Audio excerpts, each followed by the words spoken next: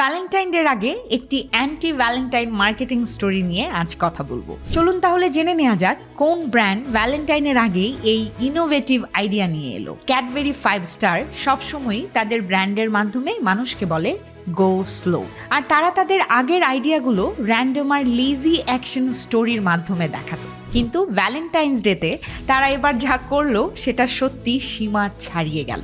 যাদের কাজ ছিল ইচ্ছাকৃতভাবে মানুষকে ভ্যালেন্টাইন্স ডেতে কিছু না করতে বাধ্য করা, তারা শুরু করলো আঙ্কেলস হায়ার করা। এখন প্রশ্ন, কেন আঙ্কেলস? কারণ খুব সিম্পল, যে কোনো নতুন ট্রেন্ড যদি আঙ্কেলরা ফলো করা শুরু করে দেয় তাহলে সেটা সঙ্গে সঙ্গেই তরুণদের কাছে আনকুল হয়ে যায়, আর তরুণরা তখন সেই ট্রেন্ড থেকে দূরে সরে যায়। একটু ভাবুন, একসময় সবাই ফেসবুক ব্যবহার করত, আর যখন আঙ্কেলরা ফেসবুকে আসা শুরু করলো, আর তখনই তরুণরা চলে গেল ইনস্টাগ্রাম আর অন্যান্য প্ল্যাটফর্মে। আর ঠিক এই জায়গাতেই ক্যাডবেরি খেললো তার আসল খেলা। তবে এই ক্যাম্পেইনের এক্সিকিউশন ছিল আরও বেশি ফোর্সড কিন্তু স্মার্ট। ক্যাডবেরি 5 স্টার একটি ওয়েবসাইট বানালো যেখানে আপনি একজন আঙ্কেলকে নমিনেট করতে পারবেন, আর শুধু তাই নয়, যে তাকে নমিনেট করতে পারবে সে টাকা পাবে, আর আঙ্কেলরা অংশ নিলেও টাকা পাবে। মানে হলো নমিনেট করুন আর টাকা পান, পার্টিসিপেট করুন তাও টাকা পাচ্ছেন। এর ফলে মানুষ 1 সেকেন্ডেই শেয়ার করা শুরু করলো।